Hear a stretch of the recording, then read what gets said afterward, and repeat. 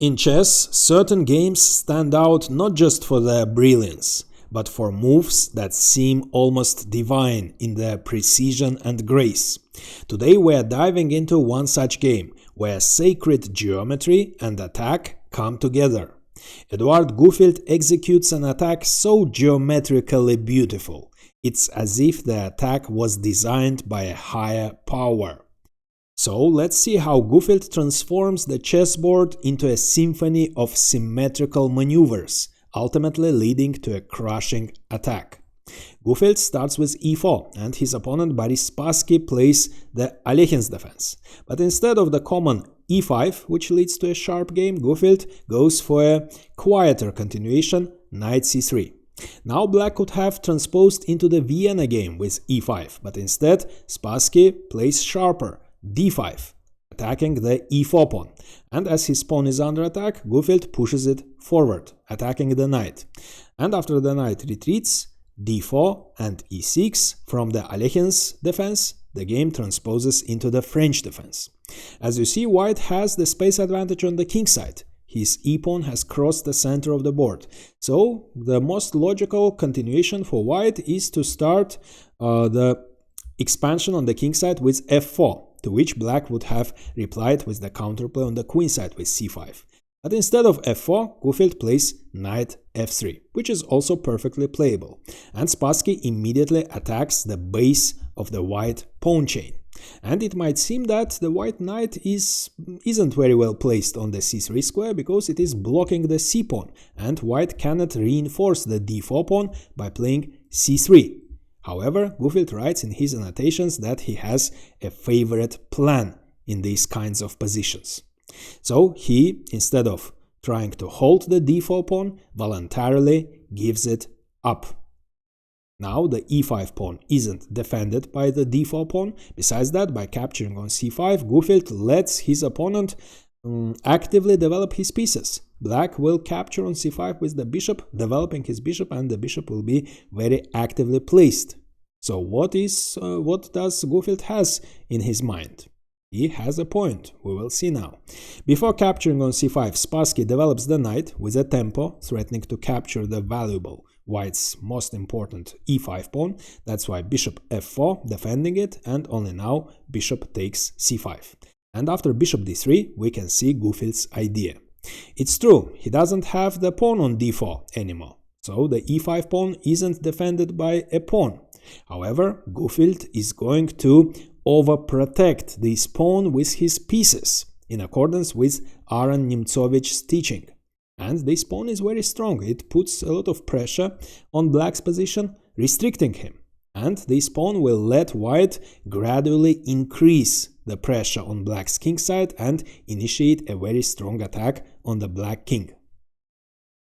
So, black would love to castle, but at the moment it's impossible. That would run into the standard bishop sacrifice, and after king takes h7, white starts a tremendous attack with knight g5 check, after which black has an unpleasant option, either to return to g8, but after queen h5 white is threatening checkmate in 1, and the best thing black can do is to give up the queen. Or a little bit better, actually much better than king g8, is king g6. However, of course, the king is in danger and he will turn into a target of a very strong attack. For this reason, Spassky, of course, doesn't castle. Instead, to prevent these standard ideas of bishop takes h7 check, he plays h6. Also, taking under control the g5 square, and probably thinking about the e5 pawn, which isn't overprotected yet. It is protected only twice, while it's also attacked twice. So, let's say if white castles, which might look natural, black can even play g5, which would come with a tempo, attacking the bishop, and after the bishop moves, g4, kicking out one of the defenders of the e5 pawn, and after it retreats, it's true, black has terribly weakened his king side, but as a compensation, he eliminates white's most important pawn. Black is up a pawn, and his center becomes mobile. The e-pawn can move forward later in the game. So, to prevent all these ideas of g5, g4 and knight takes e5, Gufeld instead of castling, plays bishop g3. Now it makes little sense for black to play g5 because it would come without a tempo. There is no bishop on f4 anymore, and white would have time to defend his e5 pawn. For this reason, in the anticipation of white's strong attack on the king side, Spassky begins his counterplay on the queen side, a6, preparing the b5 advance.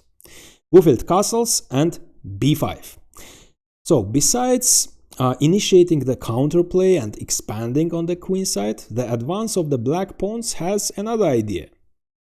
Spassky is going to solve one of the main problems of the French defense, the problem of the bad light-squared bishop, which is restricted by its own pawns on the light squares. So, after b4 and a5, he's going to play bishop a6 and exchange his bad bishop for white's great bishop.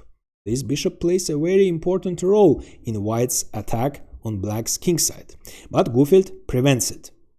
First, he plays rook e1, moving his rook away from this diagonal and also overprotecting the e5 pawn. Now this pawn is defended 3 times.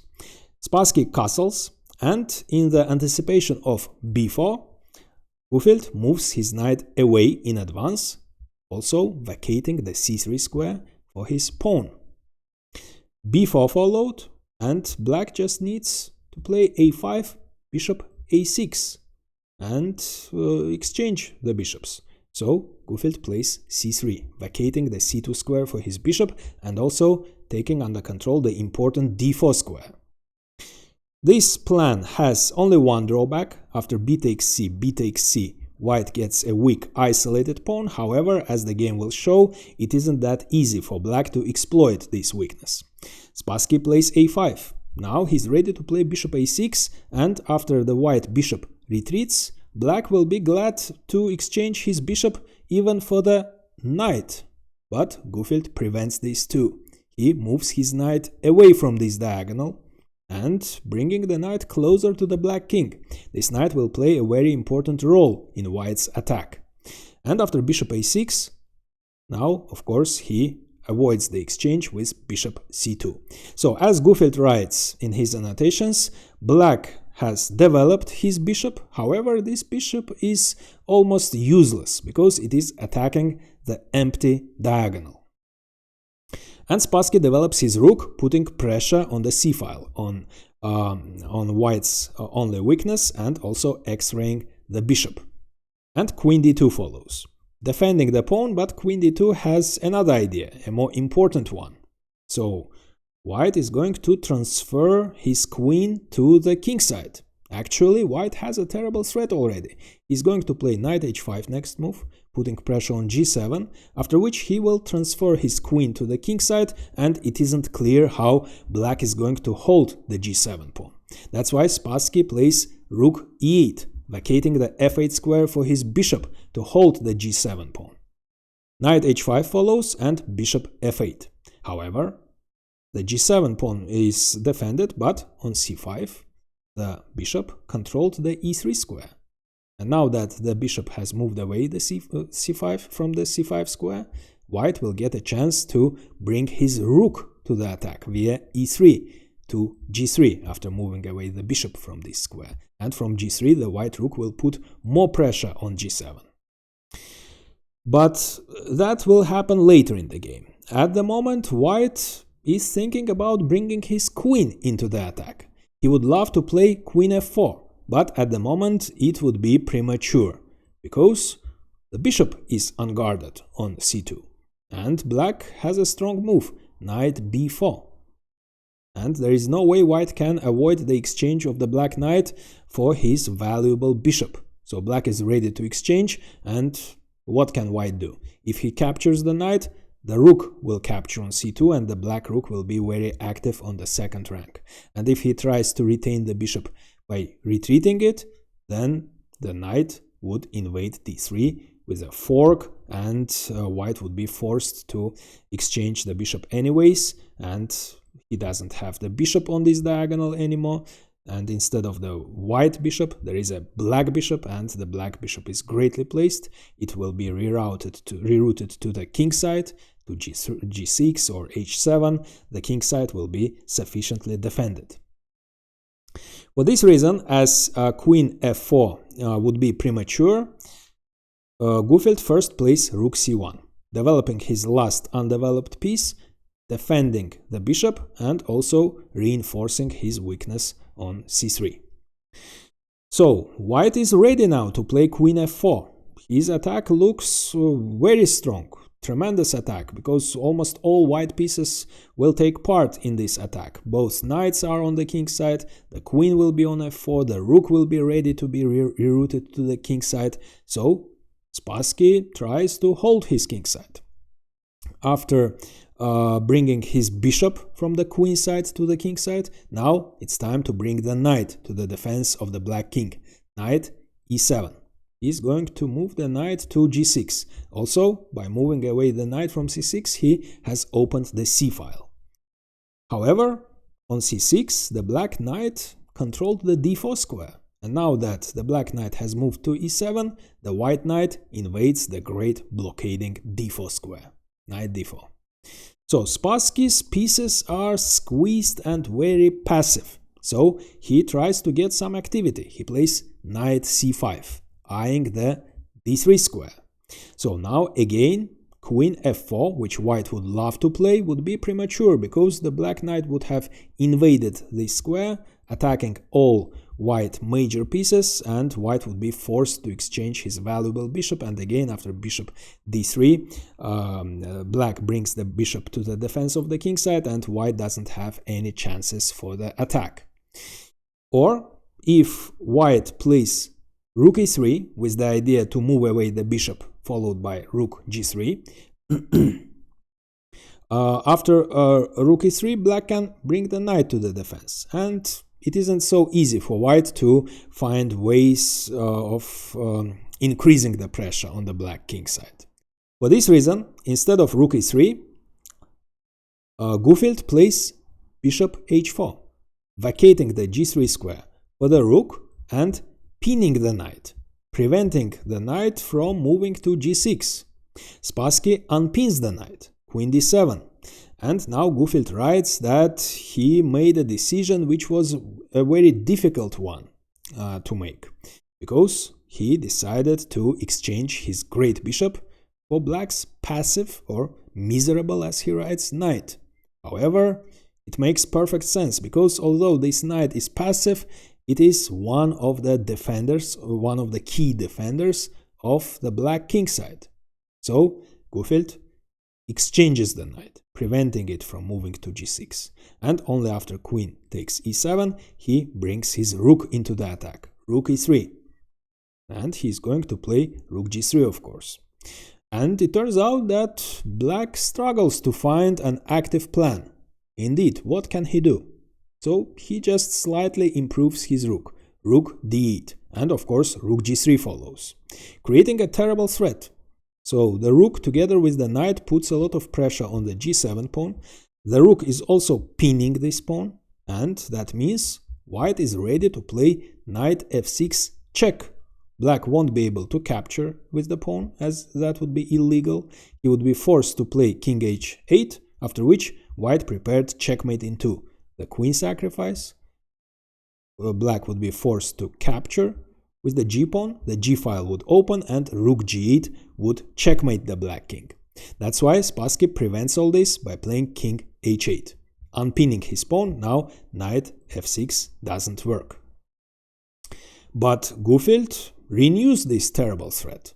He finally makes the move he has been preparing for such a long time, queen f4. And now that the white queen is on f4, white again is threatening knight f6. And after that, white again would threaten queen takes h6 check, followed by rook g8 checkmate. And if black accepts the knight sacrifice by capturing with the pawn, the g-file would open, the white queen is on f4, and she would move to g4, and there will be no defense against queen g8 checkmate. For this reason, to parry this terrible threat of knight f6, Spassky plays knight d7, taking this square under control. and we have reached the critical position. So Gufeld has accumulated a lot of attacking resources on the king side, but it seems that black has defended the f6 square and the white knight cannot invade it. So how should white continue his attack? You can pause the video and try to find it. And just remember our topic: sacred geometry and symmetry.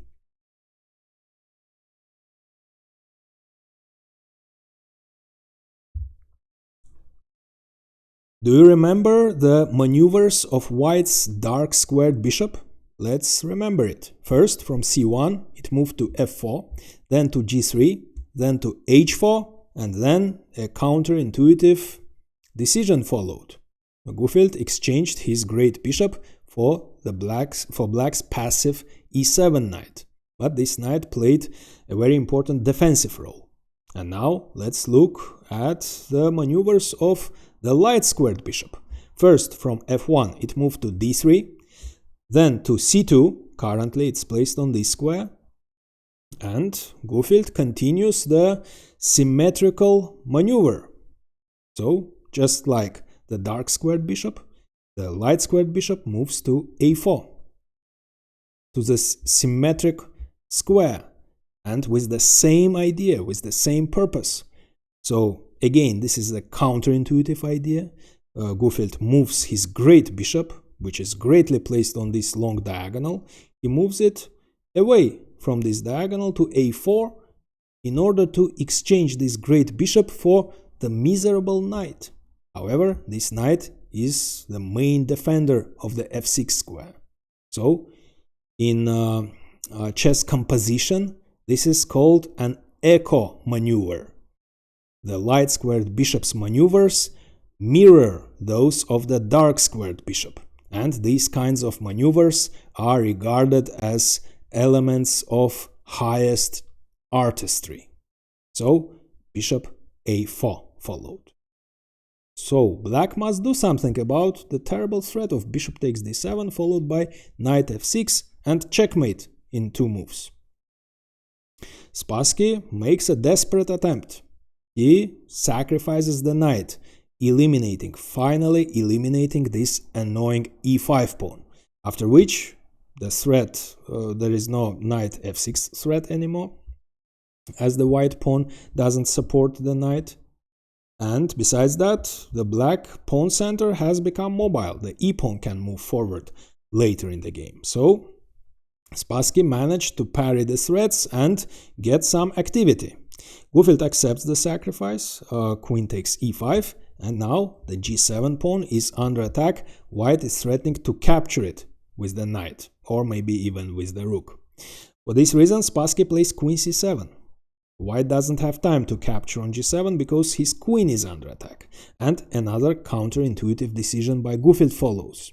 He is up a piece, and it might seem that the exchange of the queens would be in his favor. However, it isn't the case. If white exchanges the queens, yes, he will still be up a piece. However, it turns out that he would have no attack anymore. His pieces would be ridiculously placed and they would be poorly coordinated. The knight is on the edge of the board, the rook is placed on the closed file, g7 isn't really under attack, it's defended by the bishop, and white cannot attack this pawn for the 3rd time, so it isn't clear what these white pieces are doing. It isn't clear what the bishop is doing on this diagonal either. While black has the mobile pawn center, the e-pawn will move forward, the position will completely open up. In the open position, black has 2 bishops, which is a big advantage. Besides that, the weakness of the c3 pawn might tell. So it's already under attack and black can increase the pressure on this pawn. So Spassky would definitely have a very good compensation for the piece in case of the exchange of the queens. But Gufeld, for this reason, avoids the exchange. He plays queen e3. e5 follows. The pawn center starts its advance. Knight f3.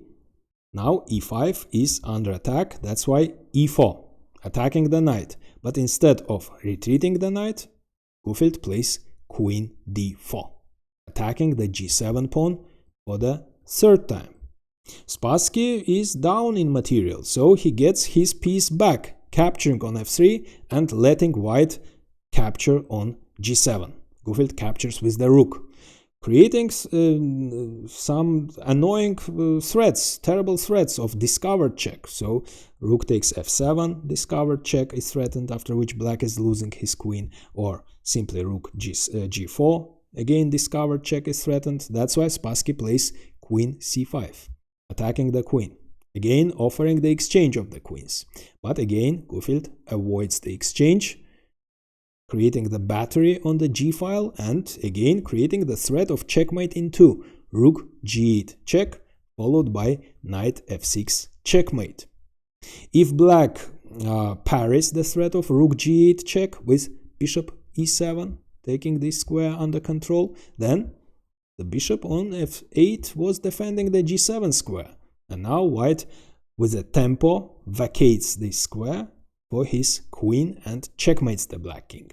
That's why after queen g4, as rook g8 check followed by knight f6 checkmate is coming, Spassky plays rook d6, taking the f6 square under control. But now rook g8 check follows, and after king h7, the bishop returns to c2 with great effect, with a check. And if black makes the only move he has, the only move that makes sense, rook g6, he would get checkmated in 1. A very beautiful checkmate would follow. Knight f6.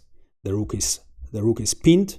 The knight is defending the rook, so the black king cannot capture it, and the knight also checkmates the black king. For this reason, after bishop c2 check, Spassky resigned. And now I challenge you to find Gufeld's shocking sacrifices against none other than former world champion Vasily Smyslov. But first, like this video and subscribe, as it's really helpful for the channel growth.